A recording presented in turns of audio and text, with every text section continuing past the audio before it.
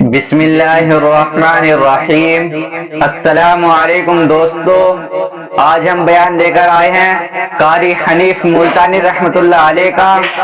آج کی ویڈیو کا عنوان ہے زمین کسی سے وفا نہیں کرتی، بہت ہی عبرناک بیان۔ تو چلیے ویڈیو کو شروع کرتے ہیں۔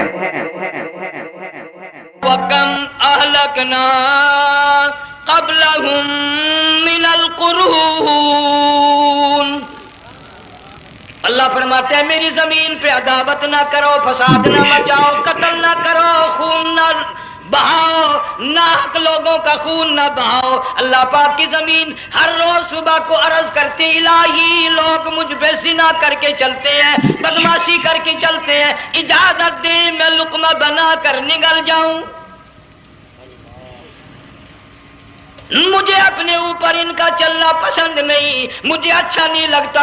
ہر روز آواز لگاتی ہے ظالموں، بدکاروں، بدماشوں، میرے اوپر دندناتے پھرتے ہو، ایک نہ ایک دن میرے اندر آؤ گے، تمہیں پتہ چل جائے گا کہ میں تم کو کتنا دشمن رکھتی تھی۔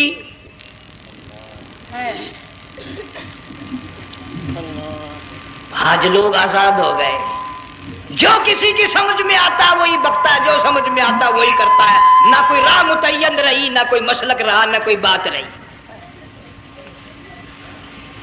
جناب مدنی کریم صلی اللہ تعالی علیہ وسلم کا بڑا عظیم تر صحابی ہے، بہت بڑا جرنیل ہے، سیدنا معاذ بن جبل رضی اللہ تعالیٰ عنہ مدینے پاک میں بیمار ہے، آخری وقت ہے، دعا کرو اللہ ہم سب کو مدینے کی موت عطا فرمائے۔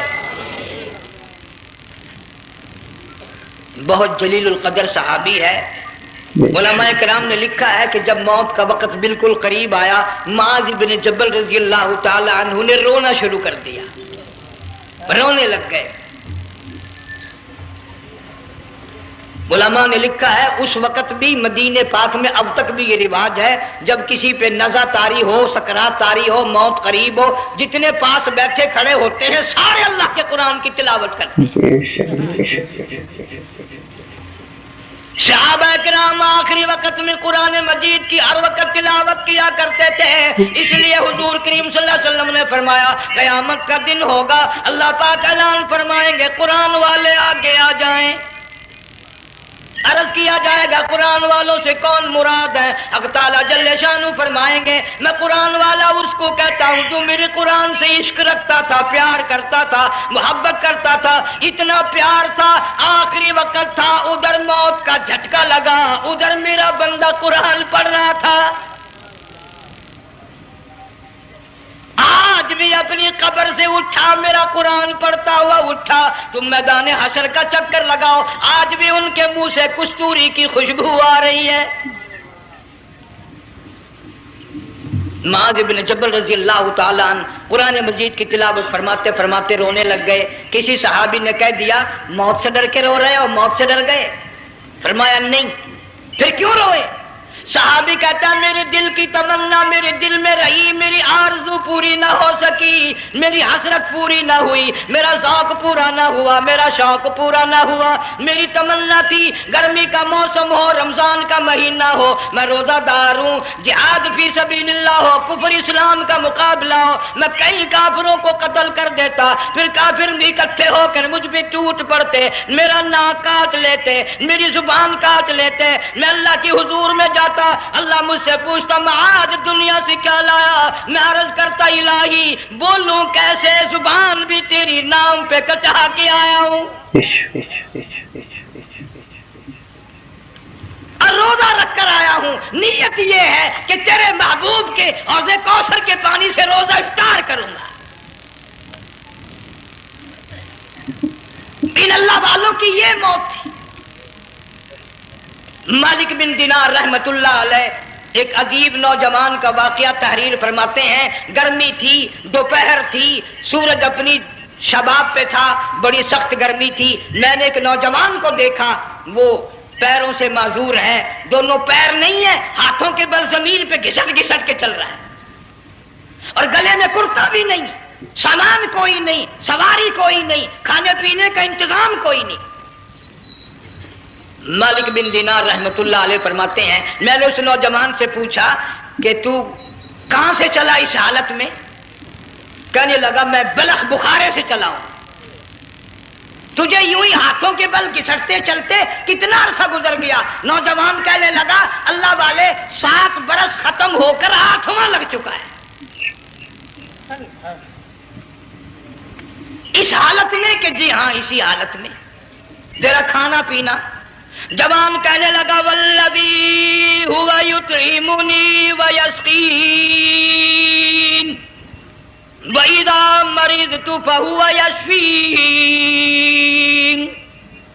اللہ ہی کھلاتا ہے وہی پلاتا ہے، بیمار ہو جاتا ہوں وہی تندرستی عطا کرتا ہے. اور نوجوان دوپہر بڑی سخت ہے، گرمی بڑی سخت ہے، میرے یہاں دوپہر کو آرام کر لے، قیام کر لے، کچھ دیر ٹھہر جا، آج میرے یہاں قیام کر لے. نوجوان رونے لگا اور کہنے لگا مالک بن دینار، یہ 2-4 منٹ جو تیری ساتھ باتوں میں میرے خرچ ہو گئے، مجھے ان کا ہی بڑا دکھ ہے. میں اور اپنی اس معذوری میں ہاتھوں کے بل 2-4 گز گھسٹ کر اور اپنے رب کے قریب ہو جاتا.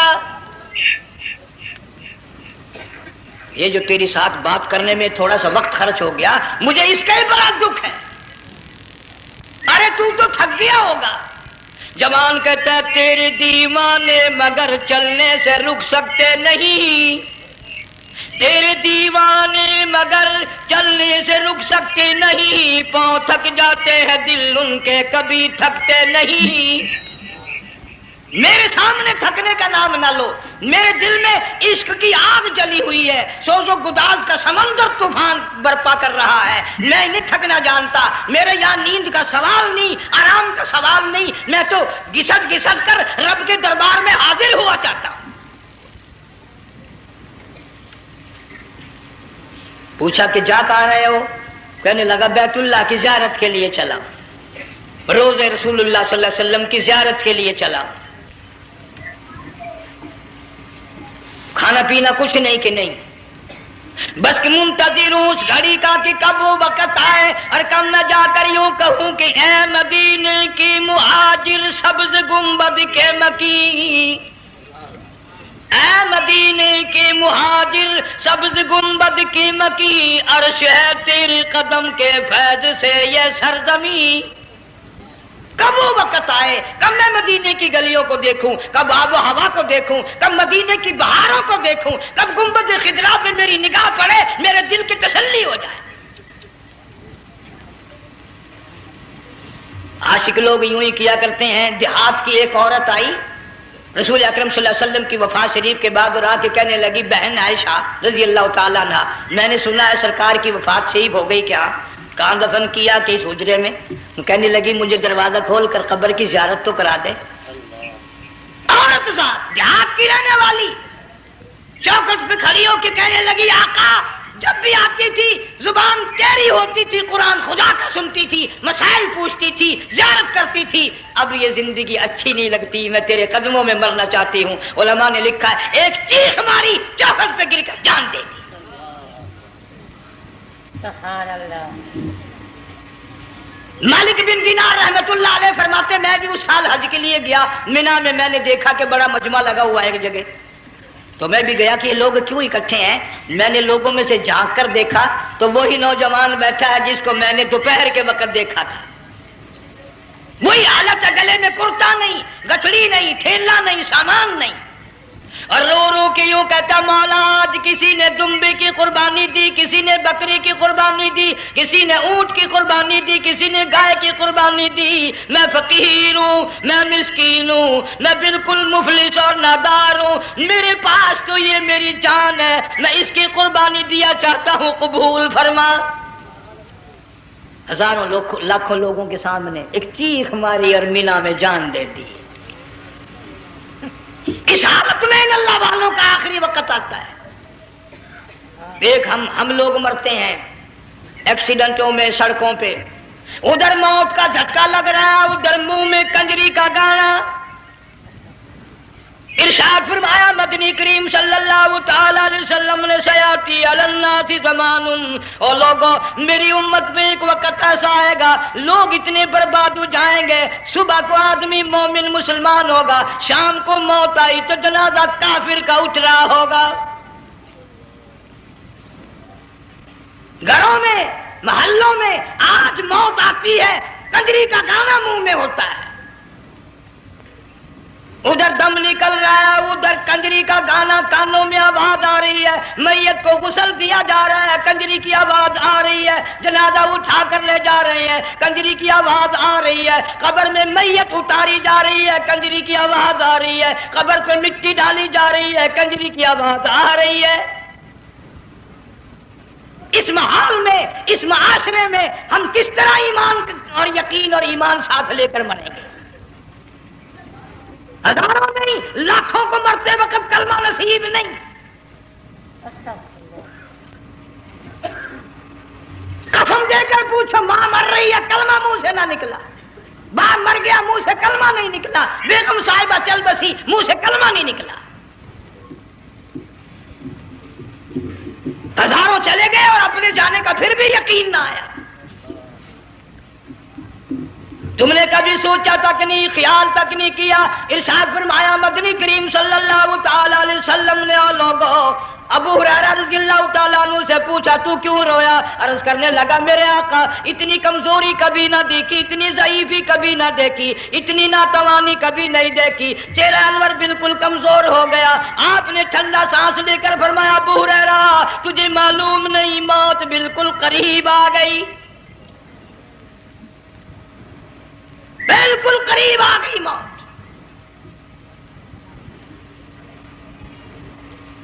تیری ایک انگلی پکڑ کر اگر کوئی مروڑ دے کتنا دکھ ہوگا، درد ہوگا، ہائے ہائے ہائے۔ جنگ والوں کبھی تم نے سوچا نہیں 360 رگیں ٹوٹیں گی کیا حال بنے گا، اعضاء چھوٹیں گے، سر کے بالوں سے لے کر پیروں کے ناخنوں تک ہر جوڑ کو توڑ کے رکھ دیا جائے گا، وزیروں، سفیروں، امیروں، حسینوں، جمیلوں، تمام کے جوڑوں کو اکھاڑ کے رکھ دیا جاتا ہے۔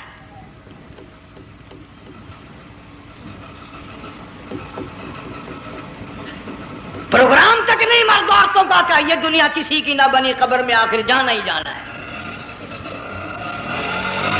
علماء کرام نے لکھا ہے کہ حضرت عیسیٰ علیہ السلام کے پاس لوگ آئے اور کہنے لگے نئی نئی قبروں سے مردے زندہ کر کے دکھاتے ہو، آؤ ہم ایک پرانی قبر پہ لے کے چلتے ہیں، مردہ زندہ کر کے دکھاؤ۔ عیسیٰ علیہ السلام تشریف لے گئے، فرمایا قم باذن اللہ، ایک نوجوان زندہ ہو کر قبر سے نکل کر سامنے آ کر کھڑا ہو گیا۔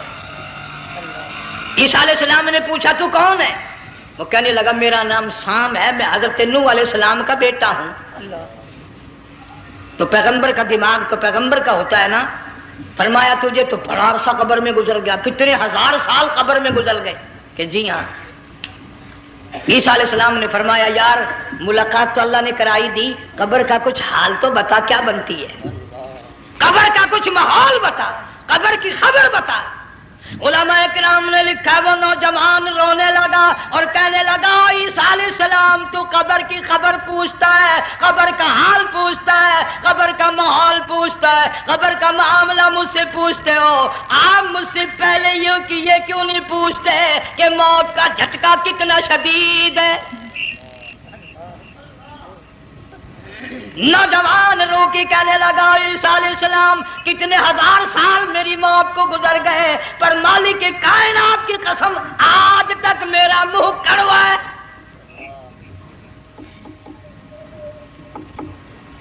اس لیے جنگ والوں لمبی چوڑی بات کہنے کا وقت نہیں، حالات نہیں، میں تو تمہیں اتنا سا پیغام دینے آیا، کھانے پینے کا زمانہ ہے، میں جانتا ہوں تم کیلے کھاتے ہو، تمہیں کیلے کا ذائقہ معلوم ہے، امرود کا ذائقہ تم کو معلوم ہے، انار کا ذائقہ تمہیں معلوم ہے، انگور کا ذائقہ معلوم ہے، انناس کا ذائقہ معلوم ہے، آم کا ذائقہ معلوم ہے، ہزاروں پھلوں کے ذائقے تمہیں معلوم ہے، ہزاروں مٹھائیوں کے ذائقے تمہیں معلوم ہے، ہزاروں بیکری کی چیزوں کے ذائقے تمہیں معلوم ہے، ہزاروں شربتوں کے ذائقے معلوم ہے، پر تم نے جنگ والوں کبھی بھی قبرستان میں جا کر قبر والوں سے یہ نہیں پوچھا او قبر والوں ذرا بتاؤ تو صحیح موت کا ذائقہ کیسا ہے؟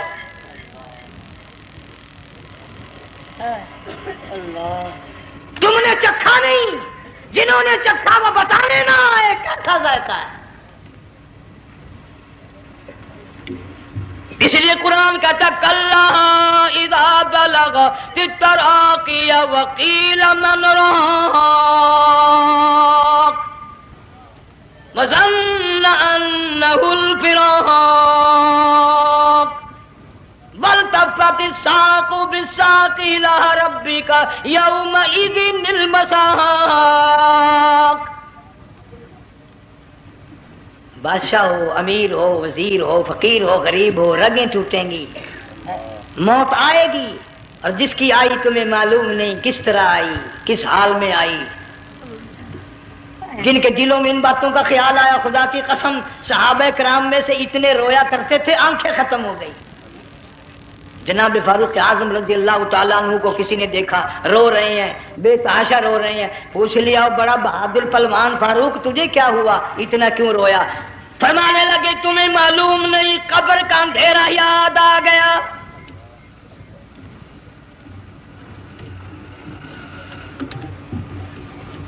ایک 1,29,000 صحابہ کرام اس آخرت کے لیے قربانیاں دیتے آئے، اولاد کی قربانی دی، مال کی قربانی دی، جان کی قربانی دی، جو کرنا پڑا وہ کر گزرے، لیکن محمد عربی صلی اللہ علیہ وسلم کا دامن نہ چھوڑا. اسی لیے ہر سال اللہ پاک جل شانہ نے اس امت کو یہ موقع دیا کہ سنت خلیل پہ عمل کرتے کرتے قربانیوں کی یاد تازہ ہو جائے، قربانیوں کی یاد تازہ ہو جائے. قرآن کریم میں جا بجا ابراہیم علیہ السلام کا اللہ پاک نے ذکر خیر فرمایا، یوں فرمایا ہم نے ان کے بڑے امتحان کیے، بڑی آزمائش کی، وہ ساروں میں کامیاب ہوئے. تم ہر وقت اللہ سے یہ دعا کیا کرو اللہ ہمیں امتحان میں نہ ڈالے، آزمائش میں نہ ڈالے. ہم امتحان کے قابل نہیں. یہ ہمارے جو امتحان ہوتے ہیں ان میں نقل ماری جاتی ہے، تو اللہ امتحان لے گا تو نقل کیسے ماریں گے، کیسے کام چلے گا؟ جناب ابراہیم علیہ السلام کو اللہ پاک نے ہزاروں امتحان میں مبتلا کیا، ہزاروں آزمائشیں کی، فَأَتَمَّهُنْ سب میں کامیاب گیا، سب میں پاس نکلا. ایک آزمائش ایسی بھی آئی اللہ کی توحید کی وجہ سے، شرک کو مٹانے کی وجہ سے ابراہیم علیہ السلام کا سارا مصر فلسطین دشمن بن گیا.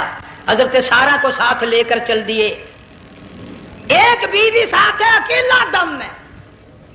یہاں تو لوگ محلوں میں شہروں میں کہتے ہیں جی میں اکیلا ہی ہوں، میں کیا کروں. اگر خلیل کہتا کہ میں اکیلا ہوں تو آج قرآن میں اس کا ذکر خیر کیسے ہوتا؟ پرواہ نہ کی. وہ کہتا میرے لیے میرا اللہ کافی ہے. کون کہتا ہے میں اکیلا ہوں، میری ساتھ تو اللہ ہے. مصر سے گزرنے لگے، بادشاہ کے ملازموں نے بادشاہ کو جا کے بتایا بڑی خوبصورت عورت گزر رہی ہے تیرے حلقے سے، بہت بڑی خوبصورت عورت ہے. کہ ملازم پکڑ کے لے کے چلے تو عورت ساتھ حضرت سارہ رونے لگ گئی. خلیل میرا کیا بنے گا؟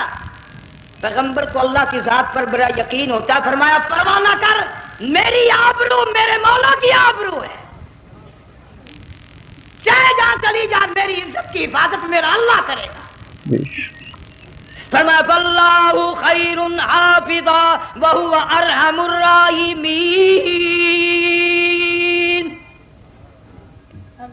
پرواہ نہ کر، میں اس کا پیغمبر ہوں، نبی ہوں، چیخا میں جلا اس کے لیے، سارے دکھ اٹھاتا ہوں اس کے لیے، میری عزت کی حفاظت وہی کرے گا.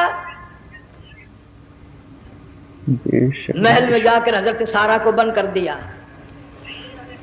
بادشاہ نے بلوایا ہے عزت لوٹنے کے لیے، بادشاہ نے پکڑوا کر منگوایا ہے آبرو برباد کرنے کے لیے. بادشاہ کا ارادہ ہے سارا کی عزت کو برباد کرنے کا، اور اللہ کا پروگرام ہے سارا ادھر آ، اس محل میں ایک معصوم بچی ہے جس کا نام ہاجرہ ہے، میں اس کو اتنا پسند کرتا ہوں، اللہ فرماتے ہیں اس کے پیٹ سے اسماعیل ذبیح اللہ کو پیدا کرنا چاہتا ہوں، اس کی نسل سے حبیب اللہ کو لانا چاہتا ہوں. آج تک کسی کی انگلی اس کی طرف نہیں اٹھی. سارا محل میں آؤ، اس کو آ کر ساتھ لے جاؤ تاکہ میرے ذبیح اللہ کی پیدائش کا معاملہ بن جائے. بادشاہ کا ارادہ ہے آبرو برباد کرنے کا، اللہ کا ارادہ ہاجرہ کی آبرو بچانے کا. فرمایا وَيَمْكُرُونَ وَيَمْكُرُ اللَّهُ وَاللَّهُ خَيْرُ الماکرین، اس نے بھی تدبیر بنائی، میں خدا نے بھی تدبیر بنائی۔ بادشاہ آیا حضرت سارہ کے قریب برائی کا ارادہ کر کے۔ مفسرین نے لکھا ہے حضرت سارہ نے فرمایا مجھے 2 رکعت نماز پڑھنے دے۔ یہاں سے پتہ چلا کوئی پاک دامن عورت، کوئی نیک بیٹی اگر غنڈوں میں بدماشوں میں پھنس جائے، عزت بچانے کا طریقہ یہ ہے وضو کر کے اللہ کے سامنے نیت تو باندھ، تیری عزت کے لیے وہ فرشتے بھیجے گا۔ علماء کرام نے لکھا ہے کہ ایک جہاز سمندر میں چل رہا ہے، طوفان آیا، جہاز تختہ تختہ ہو گیا، کچھ لوگ غرق ہو گئے، ڈوب گئے، کچھ تختوں پہ بہ کر کے چلنے لگے۔ ایک عورت گود میں بچہ ہے، ایک حبشی نوجوان دوسرے تختے پہ بیٹھا ہوا جاتا ہے۔ اس نے عورت اکیلی دیکھ کر اپنا تختہ چھوڑ دیا اور بدماشی کے ارادے سے عورت کے تختے پہ آ بیٹھا۔ تم جنگ والے سوچ رہے ہوگے کہ ڈوبتے وقت بھی باز نہ آئے، یہ سیلاب آتے ہیں لوگ بدماشیوں سے باز آئے؟ ڈوب گئے مگر باز نہ آئے، بغیرتی لوگ کرتے ہی رہے۔ علماء کرام نے لکھا حبشی نوجوان نے عورت کا بچہ چھینا سمندر میں پھینک دیا۔ عورت روئی اور کہنے لگی میرے اللہ بیٹھی رہتی ہوں، عزت جاتی ہے، حرکت کرتی ہوں ڈوب جاؤں گی۔ میں نے سنا ہے سمندر کی گہرائیوں سے تو نے یونس علیہ السلام کی سنی تھی، میں تو پانی کے اوپر بہ رہی ہوں، مولا میری آبرو بچا، میرا ایمان بچا، میری عزت بچا، تیرے سوا میری سننے والا کوئی نہیں۔ لا الہ الا انت سبحانک انی کنت من الظالمین۔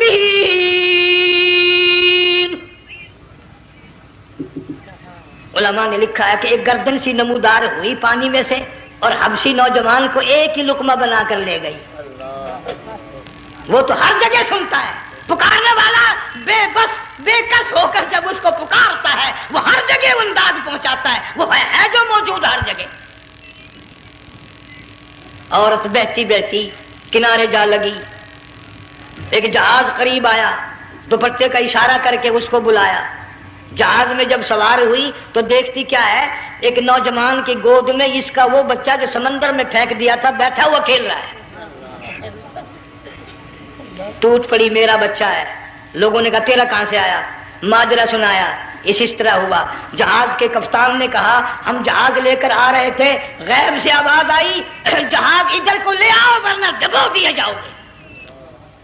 ہم جب جہاز وہاں لے کر پہنچے تو دیکھتے کیا ہے کہ ایک جانور کی پیٹھ پہ یہ بچہ بیٹھا ہوا کھیل رہا تھا۔ عزت بھی بچی، ایمان بھی بچا، بچہ بھی بچا، اور کوئی بچانے کے لیے تدبیر کرے جبھی نا۔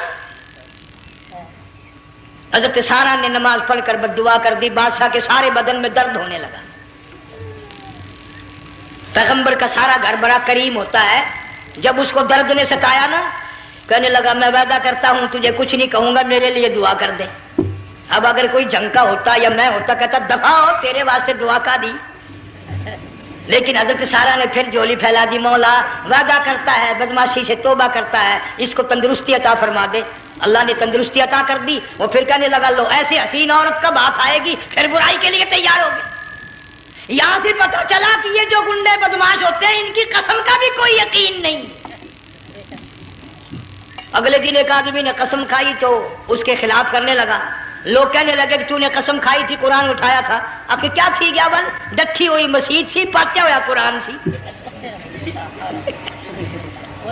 ڈٹھی ہوئی مسجد سی تو پاٹیا قرآن سی، قرآن کے لا پورا سی جڑا میں چاہیا، مگر اسے یہ معلوم نہیں کہ تو نے تو پاڑیا قرآن اٹھایا ڈٹھی ہوئی مسجد میں اٹھایا، خدا کا جب غضب آئے گا تو وہ ادھورا نہیں آئے گا، وہ ادھورا نہیں آیا کرتا۔ 3 مرتبہ اس بادشاہ نے حضرت سارہ کے ساتھ ایسا کرنے کا ارادہ کیا، پھر دعا ہوئی، پھر بد دعا ہوئی، پھر دعا ہوئی، پھر بد دعا ہوئی۔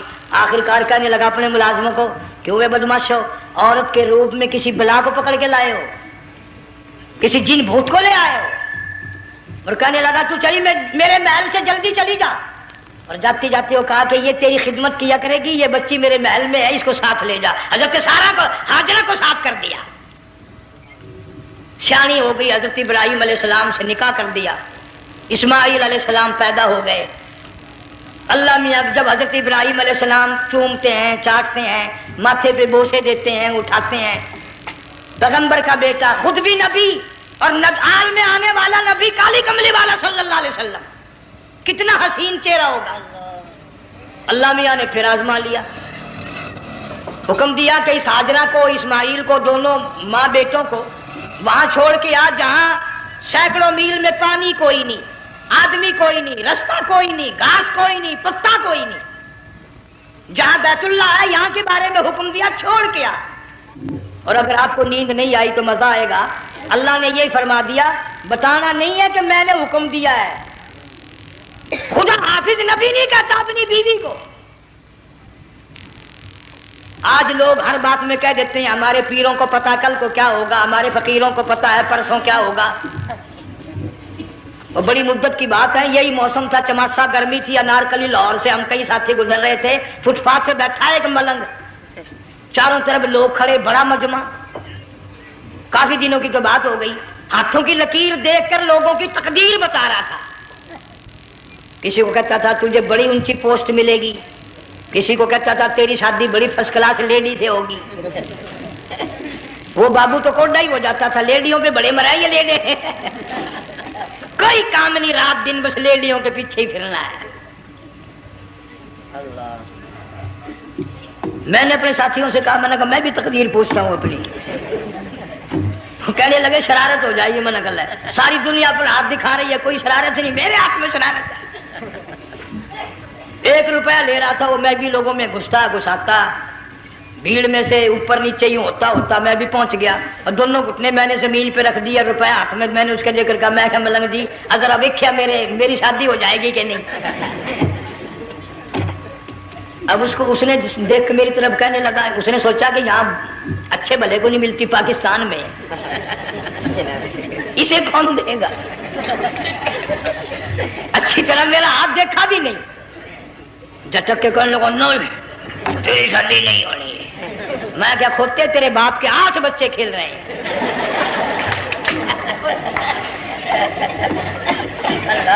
یوں ہی عقیدے بگڑ جاتے ہیں لوگ۔ ہمارے پیر کو پتا، فقیر کو پتا، کسی کو پتا نہیں ہے، کوئی نہیں جانتا۔ فرمایا وما تدری نفس ماذا تکسب غدا، کوئی نہیں جانتا کل کیا ہو جائے گا۔ وما تدری نفس بأی ارض تموت، کوئی نہیں جانتا زمین کے کس ٹکڑے پہ موت آئے گی۔ ان اللہ علیم خبیر، ایک اللہ کی ذات جانتی ہے۔ حضرت ہاجرہ اسماعیل علیہ السلام کو چھوڑ کر چل دیے، نہ خدا حافظ کہا، نہ کوئی تسلی دی، تھوڑی سی کھجوریں، تھوڑا سا پانی، ختم ہو گیا۔ ابراہیم علیہ السلام جب دور نکل گئے تو حضرت ہاجرہ نے دیکھا یہ تو چلے گئے، کھڑی ہو کر آواز دی، اے میرے ابراہیم۔ مڑ کر نہیں دیکھتے۔ جنگ والوں، اللہ کا پیغمبر اللہ کی اجازت کے بغیر اپنی بیوی کی طرف نہیں دیکھتا، گھر والی کی طرف نظر اٹھا کر نہیں دیکھتا۔ ایک تم ہو، چٹی داڑھی، بڑھیپا، کالے برقعے والی نظر آ جائے نا، آگے بھاگ کر بڑے نہیں آتے ہیں، کہاں جانا چاہتی ہیں آپ؟ تیری ماں لگتی ہے آپ چلی جائے، تو یہ کیا ہوا؟ یہ کالے برقعے پہ مرتے مرتے مرتے مرتے مری گئے۔ ایسا عجیب تماشا۔ وہ لاہور پلیٹ فارم پر پھر رہی تھی نا ایک لیڈی برقع اوڑے، آ گیا ایک لیڈا، کہنے لگا سیون اپ لاؤں، نے کہا لے آئے، نے کہا واہ کام بن گیا، اس سیون اپ لے آیا۔ تھوڑی دیر کے بعد کہنے لگا میرے خیال میں کوئی پھینٹا بھی ہو جائے، نے کہا لے آئے، نے کہا سبحان اللہ پکا کام ہو گیا۔ وہ سیون اپ بھی پی لی، پھینٹا بھی ڈکار گئی۔ تھوڑی سی دیر کے بعد کہنے لگا سیب لے آؤں، وہ لے ہی آیا سیب، کہ آپ کے لیے میں سیب لایا ہوں آپ کھائیں. کہنے لگی نہیں آپ کھائیں. اس نے سوچا ہو میری بھی محبت ہو گئی ہے, سیب کھانے کے لیے مجھے بھی کہہ رہی ہے. جب اس نے اصرار کیا نا کہ میں تو تیرے لیے لایا ہوں کھا تو صحیح, کہنے لگی کیسے کھاؤں میرے منہ میں دانت ہی نہیں ہے. اب پتا چلا اسے کہ صبح سے میں تو پرانے پپی کے پیچھے پھر رہا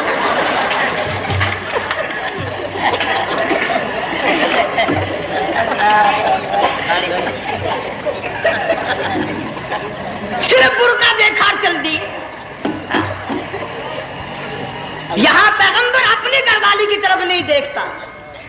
حضرت حاجرہ نے اسماعیل علیہ السلام کو سینے سے لگایا. عرب کی قداور مائی, طاقتور مائی, دوڑ لگا کر حضرت خلیل کا راستہ آ کے روک لیا اور کہنے لگی میں جوان عورت, یہ پیارا نور نظر, یہ لخت جگر, شکل تو دیکھو, صورت تو دیکھو, ہمیں یہاں چھوڑ کے جا رہے ہو. اللہ کا پیغمبر بولتا نہیں. پتہ چلا پیغمبر اللہ کی اجازت کے بغیر سانس نہیں لیتا, آنکھ کا اشارہ نہیں کرتا. حضرت حاجرہ رونے لگ گئی, میرے خلیل, میری ابراہیم, میرا قصور بتاؤ, میرا جرم بتاؤ, میری خطا بتاؤ, میرا گناہ بتاؤ, معافی چاہوں گی, معذرت کروں گی. اس بچے کا کیا گناہ ہے اس میدان میں چھوڑ کے چلے ہو؟ بولتے نہیں ہیں, اللہ کی طرف سے بولنے کی اجازت نہیں ہے. حضرت حاجرہ نے خود ہی قیاس لگایا, سوچتی ہیں پیغمبر تو کسی پہ ظلم نہیں کرتا. وہ کہنے لگی خلیل کہیں اس رب کا حکم تو نہیں, کہیں اس اللہ کا یوں حکم تو نہیں. جنگ کے لوگوں اگر خلیل ہاں کہہ دیتا تو کیا حرج تھا, ہاں نہیں کہتا, اجازت نہیں, تاکہ حاجرہ کے یقین ایمان کا امتحان مکمل ہو. مفسرین نے لکھا ہے کہ حضرت ابراہیم علیہ السلام نے سر کا یوں اشارہ کیا, بس ذرا سا ہاں. پھر عورت کا ایمان دیکھ, یقین دیکھ, یہی نہ بیٹھی, دوڑ کے وہاں گئی ہے جہاں پہلے بٹھا کر آئے تھے اور کہنے لگی ابراہیم جاؤ, میں جانوں میرا رب جانے, پرواہ نہیں. راتیں آتی ہیں چلی جاتی ہیں, دن آتے ہیں گزر جاتے ہیں. تھوڑی سی کھجوریں تھی وہ ختم ہو گئی, پانی ختم ہو گیا, بھوک اور پیاس نے بے چین کر دیا. اسماعیل علیہ السلام کی اتنی لمبی زبان باہر نکلا. دو پتھر کھڑے کر کے اوپر ایک پتھر رکھ کر چھاؤں بنائی, اس کے نیچے لٹا دیا اور پھر چکر لگایا. کبھی صفا پہاڑی پہ چڑھتی ہے, کبھی مروہ پہاڑی پہ چڑھتی ہے, کبھی اترتی ہے اور ڈھلوان میں سے بھاگ کر چلتی ہے. جب اپنا بچہ نظر نہیں آتا سارے کہہ دو اللہ بڑا بے نیاز ہے, اللہ بڑا, زور سے کہو اللہ بڑا. کسی کے 500 سال کے سجدے رد, کسی کی ہزاروں سخاوت صدقات رد, کسی کی چال منظور, کسی کی رفتار منظور, کسی کی ٹور منظور. اور یوں فرمایا حاجرہ میری رحمت کی تلاش میں آج جو تو نے دوڑ لگائی ہے, یہ تیری چال ڈھال رفتار ٹور ہمیں اتنی پسند آ گئی, اتنی پسند آ گئی کہ آج کے بعد خلیل اللہ کیوں نہ ہو, ذبیح اللہ کیوں نہ ہو, کلیم اللہ کیوں نہ ہو, روح اللہ کیوں نہ ہو, حبیب اللہ کیوں نہ ہو, صحابہ کرام کیوں نہ ہو, قطب ابدال غوث کیوں نہ ہو. میری حاجرہ مجھے اپنی کبریائی کی قسم, جب تک وہ تیری چال چل کے نہ دکھائے گی حاجی کا لانے کا حقدار نہیں ہو سکتا. تیری رفتار اسے چلنی پڑے گی. فرمایا ان الصفا والمروہ من شعائر اللہ فمن حج البیت او اعتمر فلا جناح علیہ ان یطوف بہما ومن تطوع خیرا فإن اللہ شاکر علیم. 7ویں چکر میں آواز سی آئی, اب رو پڑی حضرت حاجرہ, کہنے لگی میرا بچہ اگر چل بسا میں پھر کیا کروں گی. سن لی میں نے آواز. آپ کی کیا دیکھتی ہے, اسماعیل علیہ السلام کی نرم و نازک ایڑیاں جس زمین پہ رگڑی گئی تھی وہاں سے چشمہ جاری کر دیا. حضرت حاجرہ نے پی لیا, بھوک بھی ختم ہو گئی, پیاس بھی ختم ہو گئی, بچے کو بھی پلایا. اللہ تعالیٰ نے خانے کعبہ کی بنیاد ڈال دی, ایسے گھر کی بنیاد ڈالی. حضور صلی اللہ علیہ وسلم فرماتے ہیں 500 سال کی عبادت ایک طرف اور بیت اللہ پہ ایک نگاہ یوں ڈالنا ایک طرف. 500 سال کی عبادت کا وہ ثواب نہیں جو ایک نظر خانے کعبہ پہ ڈالنے کا ثواب ہے. اور اللہ پاک یوں فرماتے ہیں کہ جو آنے والا حجر اسود کو بوسہ دیتا ہے، اللہ پاک یوں فرماتے ہیں میں سمجھتا ہوں میرا سجا ہاتھ پکڑ کر میرے بندے نے چوم لیا۔ جو غلاف کعبہ کو پکڑ کر مانگتا ہے، اللہ فرماتے ہیں میں یہ سمجھتا ہوں میرا دامن پکڑ کے مانگ لیا۔ جو مقام ملتزم پہ لپٹ کے مانگتا ہے، اللہ فرماتے ہیں میں سمجھتا ہوں میری چوکھٹ پہ پڑھ کے مانگ لیا۔ اور فرمایا لوگوں یہ جو آنے والے آئے ہیں یہ رشتہ داروں کے مہمان نہیں، عزیزوں کے مہمان نہیں، دوستوں کے مہمان نہیں، میں خدا میزبان ہوں، یہ میرے مہمان ہیں۔ آج ان کی دعاؤں پہ آمین کہو، فرشتوں کو حکم ہوتا ہے ان سے مصافحہ کرو۔ مگر اللہ تعالیٰ سب کو توفیق دے کہ حج مکمل کر کے آئیں اور سب کا حج قبول فرمائے۔ میرے علاقے میں کئی سالوں کی بات ہے پرانی، جب کوئی حاجی تھا، ایک آدمی حج کر کے آیا، میں دوپہر کو اس کو ملنے گیا تو زور کی نماز کا وقت آیا، میں اٹھ کے چلا گیا نماز پڑھنے۔ پھر عصر کی نماز کا وقت آیا، میں اٹھا اور نماز پڑھ کے آ گیا۔ میں نے اس حاجی کے لڑکے سے پوچھا، میں نے کہا حاجی صاحب نے نماز یہیں پڑھی؟ تو کہنے لگا جی ابھی شروع نہیں کی، سفر کے تھکے ہوئے ہیں نا، 2-4 دن کے بعد شروع کریں گے۔ شکر ہے پہلے لوگ جھوٹ نہیں بولا کرتے تھے، ہاں آج کل کا ہوتا نا تو وہ کہہ دیتا ہے جی یہ تو کئی وقت کی کتھی پڑھ کر بیٹھے ہیں۔ تو پھر مولوی تھا نا، میں بیٹھ گیا حاجی کے پاس، باتوں میں اس کو لے آیا، یہی میں نے کہا حاجی صاحب نماز نہیں پڑھی؟ کہنے لگا آپ ہی لوگوں سے سنا ہے کہ بیت اللہ میں جو ایک نماز پڑھے 1,00,000 کا ثواب ملتا ہے، مسجد نبی میں جو ایک نماز پڑھے 50,000 کا ثواب ملتا ہے، 4 مہینے پڑھ کے آیا، وہ حساب لگا لو۔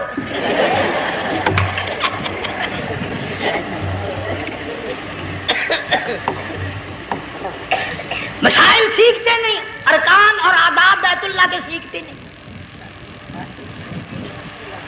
ڈی سی کے دفتر میں اگر جانا ہو کئیوں سے پوچھے کیسا جاؤں، کس طرح درخواست دوں، کیسے کہوں، کیسے کھڑا ہوں، کیسے بیٹھوں، کیا عرض کروں، اور اللہ کے دربار میں ہم جاتے ہیں اور سیکھ کرنے جاتے ہیں، یہ خوف نہیں کہ اگر بے ادبی ہوگی تو مارا جاؤں گا۔ اللہ تبارک و تعالیٰ جل شانہ نے اسماعیل علیہ السلام کی نرم و نازک ایڑیوں سے بنیاد ڈال کر خانہ کعبہ کی، اللہ نے ہمیں یہ کعبہ دیا، گناہوں کی معافی مانگنے کے لیے وہاں جاؤ، اللہ تبارک و تعالیٰ کے دربار میں حاضر ہو کر مانگنے کے لیے یہاں جاؤ۔ ارشاد فرمایا مدنی کریم صلی اللہ تعالی علیہ وسلم نے جو آدمی صحیح ارکان حج کے ادا کر کے واپس جاتا ہے اس طرح واپس آتا گویا آدھی ماں کے پیٹ سے پیدا ہوا۔ پہلے لوگ یوں ہی حج کیا کرتے تھے، یوں ہی قربانیاں کرتے تھے، اب تو ہر چیز کی لوگ آسانی تلاش کرتے ہیں۔ پچھلے بقرعید کے موقع پر ہمارے مسجد میں ایک آدمی مجھے کہنے لگا اگر کوئی غریب آدمی مرغی کی قربانی دے دے تو لگ جائے گی؟ میں نے کہا تو مکھی مار دے انشاءاللہ وہی لگ جائے گی۔ سارے کام ٹیڑھی ہو گئے، نیچے نیچے نیچے نیچے کو چلے آ رہے۔ آج کل وہ ٹیڑھی بکرے بکری آئے ہوئے ہیں نا، کہیں تو قربانی کے لیے یا کندھے کو اٹھا کر لاوے۔ اب بتاؤ یہ گوشت بانٹے گا یا کھاوے گا یا فریج میں رکھے گا، کیا کرے گا؟ بالکل کام بگڑ گیا۔ حضور صلی اللہ علیہ وسلم نے فرمایا قربانی کا جانور اچھا تلاش کر کے لاؤ، اس کے بدن پہ جتنے بال ہوتے ہیں اتنی نیکیاں لکھی جاتی ہیں۔ اور میرا موضوع نہیں، حضور صلی اللہ علیہ وسلم نے فرمایا کہ میں نے اللہ سے دعا کی تھی میری امت کا کیا بنے گا، پل صراط پہ سے گزرتے وقت اللہ تعالیٰ نے میری دعا کو قبول فرما کر یوں فرما دیا کہ تیری امت جو قربانی میں جانور ذبح کرے گی میں خدا پل صراط کے کنارے پر زندہ کر کے ان سب جانوروں کو سواریاں بنا کر پیش کر دوں گا۔ اس لیے بقرعید بالکل قریب آ گئی، ہر دین ایمان اسلام کے لیے قربانی کے لیے تیار رہو۔ زیادہ سے زیادہ مجھے آج کل فکر لگا ہوا ہے کہ اپنے گھروں کو میں نماز کا اہتمام کرو۔ آج حال یہ بنا ہوا ہے کہ اگر گھر والی کی گود میں موت آئی تو گھر والی بے نماز، دھی کی گود میں موت آئی دھی بے نماز، بہن کی جھولی میں موت آئی بہن بے نماز، بیٹے کی گود میں موت آئی بیٹا بے نماز، بھائی کی گود میں موت آئی بھائی بے نماز۔